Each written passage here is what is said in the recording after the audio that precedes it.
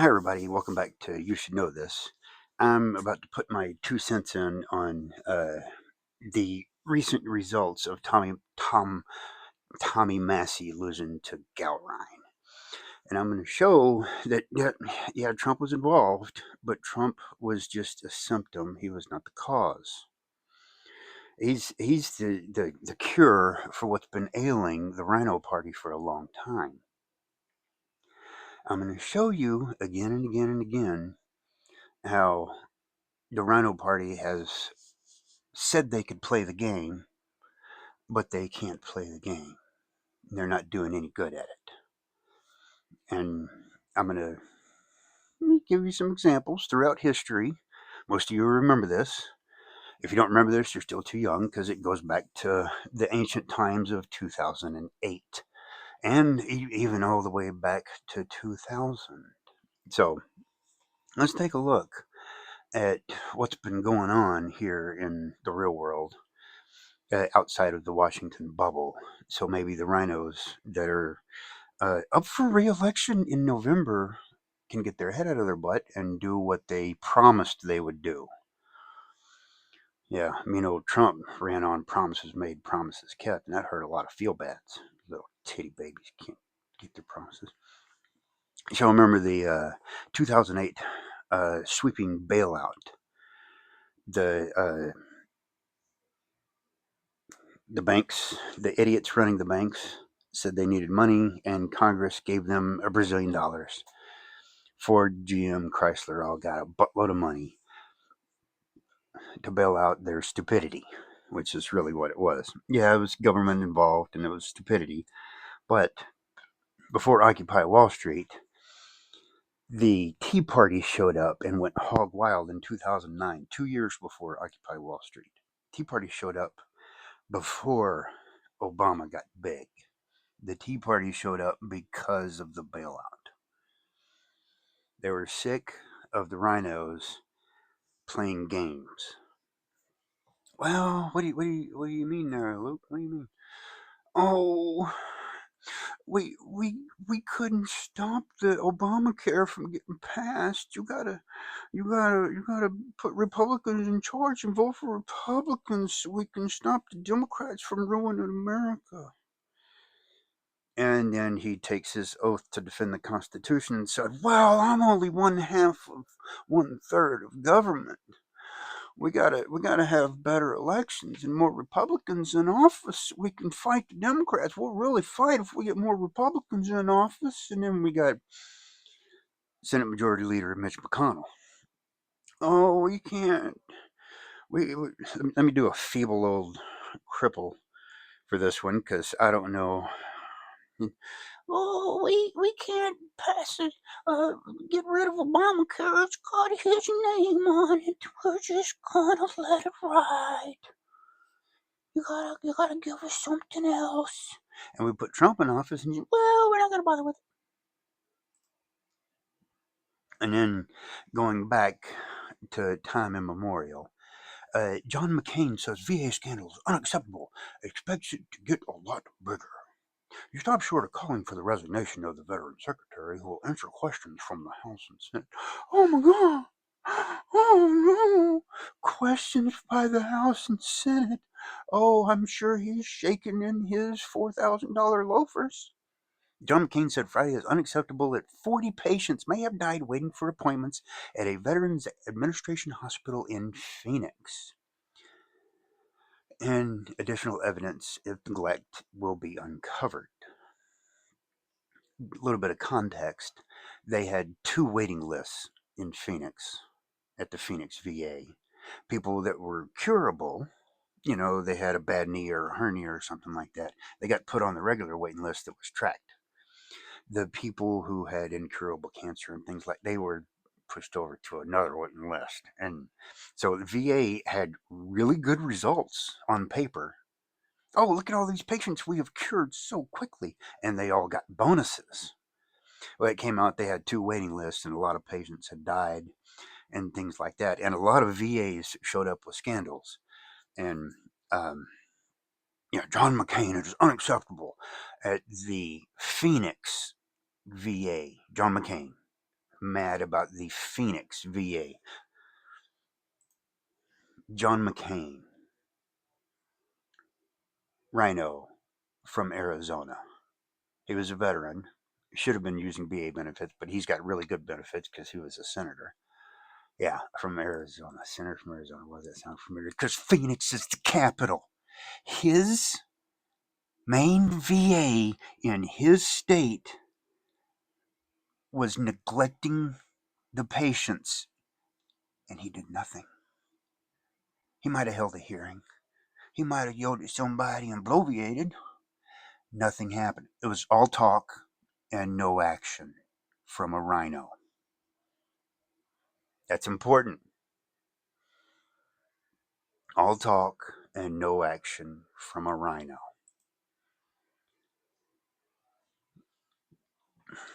This Kentucky rhino says that Fauci lied. He said and said and said that Fauci lied. He went on softball interviews with those prostitutes from Fox News and said that Fauci lied. Fauci committed perjury. He never sent it for prosecution. He never did a thing.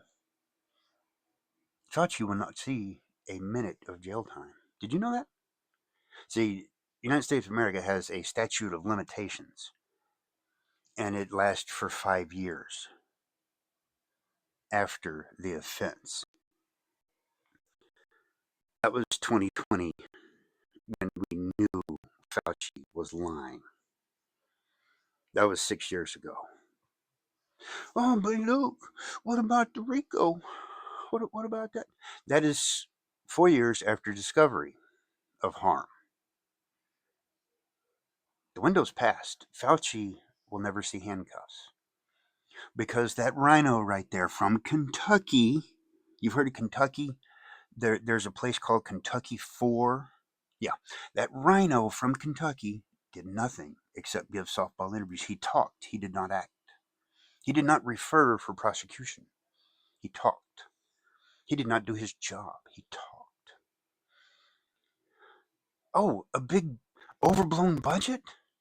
Oh yeah, he'd sit there and he'd tweet. You know, Cardi B can tweet. What did what did that rhino do? He tweeted. You know what he has? The power to filibuster. Cardi B does not have the power to filibuster. A senator from Kentucky has the power to no, he tweeted. He did not work. He talked. Oh, I promise to protect and defend the Constitution of the United States of America against all enemies, foreign and domestic.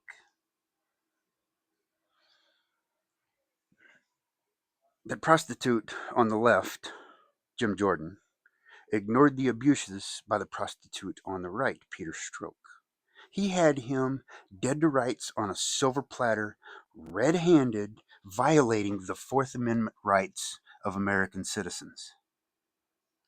He had him red handed committing perjury. He did nothing. He did not do his job. His job is not going on Fox News and telling those prostitutes in softball interviews what he is whining about. His job is to refer that guy for prosecution. But he didn't. He sat there. He's still on that committee, sitting, not doing his job. So, the big beautiful bill, that's the sticking point, basically. Oh, he's such a hardliner, libertarian. The big beautiful bill was just too much for him. Poor Tommy. He couldn't bring himself to support the big beautiful bill. Oh, it was too much for him. Oh, let's see. So the government has important shutdowns since 1980 was two of them in 95, 2013, 2018, 2018, 2019, 2025, and 2026. The government shuts down or threatens to shut down every year. I'm going to say that slowly for you stands. You know, a simp just gives money to an e-girl that's never going to know they exist. A Stan defends a politician or a sports figure or a rich person against any criticism, valid or invalid. But it's so hard to get the budgets, and it's so difficult, and they gotta do what they can. Oh, it's so many cards to pick up. I can't do it. It's so difficult. Oh no. Oh, poor little baby can't pick up all the cards. It's so difficult. Oh. So if you do a web search, if you're an adult and you work for a living, you can go to any web search page and search for the 2025 budget bill. First result there on DuckDuckGo is text of H.R. 119th Congress, an act to blah, blah, blah, blah, blah, blah, provide reconciliation. And if you click on that link right there at congress.gov, it takes you to this page, text H.R. 119th Congress. And you see just below that title, it says text available as download XML, TXT, PDF. You can download the budgets. You can download every bill. They are submitted as electronic. We didn't have time to read this bill. It was 1,000 pages. We didn't have time to read the bill. Oh, it's so difficult. Oh, it's submitted as a text file. It is submitted as a text for you stands in the back. It is submitted as a text file. Do you understand? If you don't understand those words, I got no help for you. There's no help for you. I don't know if you should vote. So, see, here in Big Boy World, where I don't wear diapers, my pants have a belt. You can cut, copy, and paste. Yeah, they can copy last year's budget and paste it onto a clean document and then fix the numbers. Yeah, chew on that for a second. They copy it onto a clean page and they go through and they fix the numbers. Take 3% off of each department's budget. Done. Take 5% off of each department. Done. Take 50% off of each department's budget. Why not? Copy and paste. Anybody that's used a computer in the last 40 years knows how to copy and paste. This is the hotkeys for you psychopaths that want to use the keyboard. There's also, you can right click to copy and paste. Oh, but the Congress is too busy. They're so busy. See, each member of Congress has an MRA. Members, I forgot what it means now. It's an MRA. Each member's annual MRA allowance used to pay for their office personnel. In 2016, for example, the office personal allowance, members' registration allowance, members' representative allowance, I believe is what it is. Each member was $944,671. They are allowed to use their MRA to employ up to 18 full-time permanent employees. That's $52,000 a year for each one of them. Of course, if they only have 9, they have to have 5. There's always 5. But if they only have 9, that's over $104,000 a year for staff, for secretaries and assistants and aides. And yeah, $900,000 in 2016 for 18 full-time employees. One of them at full-time can copy and paste into a document the budget. and spend an hour fixing the numbers. That's it. 18 full-time employees available to each member of Congress. That is individual members. Each committee has a couple of secretaries and assistants and employees.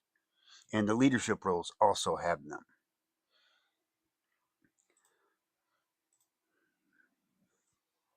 Here's another one, the Save America Act. This one might break the Republican Party because 63% of voters back it. An Rasmussen poll posted 4 days ago on MSN.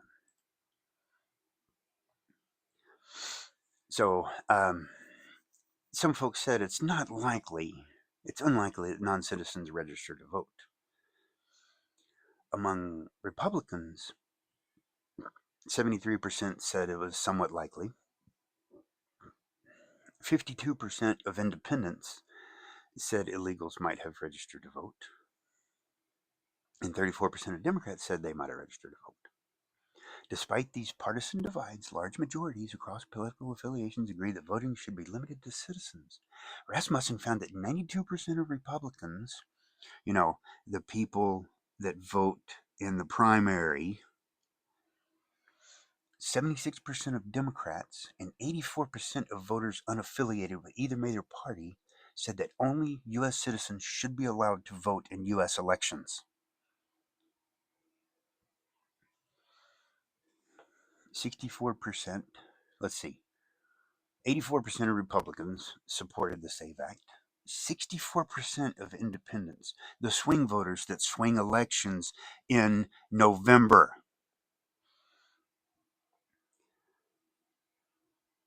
And 42% of Democrats. Now, the rhinos, the prostitutes calling themselves rhinos, the prostitutes that self-identify as Republicans, need to look at that. They need to take a look in the mirror and get some work done. Because election integrity in America has been trash for decades. You remember hanging Chads? That was 26 years ago. That was Bush versus Gore 26 years ago. You still haven't fixed it. You got the chance right here. It's laid out right there in front of you. 84% of voters unaffiliated with either major party. Those are the swing voters. Those are the ones that swing elections by 10 and 20%.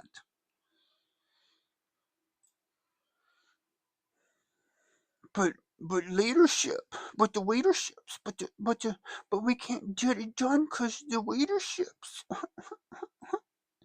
Who voted these two idiots into their office? That's leadership. Who voted them in there? You want to know who voted them in there? The leadership's not doing the job. I want to do it, but the leadership's not doing it. That's who voted them in there. That's a self-inflicted wound right there, numbnuts. You can't blame leadership when you're the ones putting the leaders in there. If nobody's leading, you man up and you stand up and lead. It's not difficult. It just takes a little bit of guts. Why don't you listen to your employer, the voters who want the SAVE Act, who want a balanced budget, the ones you've promised a balanced budget to, so you don't get fired. Back to Tony Romo. That's my what you call it, the thumbnail. The thumbnail was Tony Romo. He talks a great game. I love listening to his commentary. He is a football genius. He knows everything there is to know about football. He's great. I love listening to him. But on the field, he's a great talker.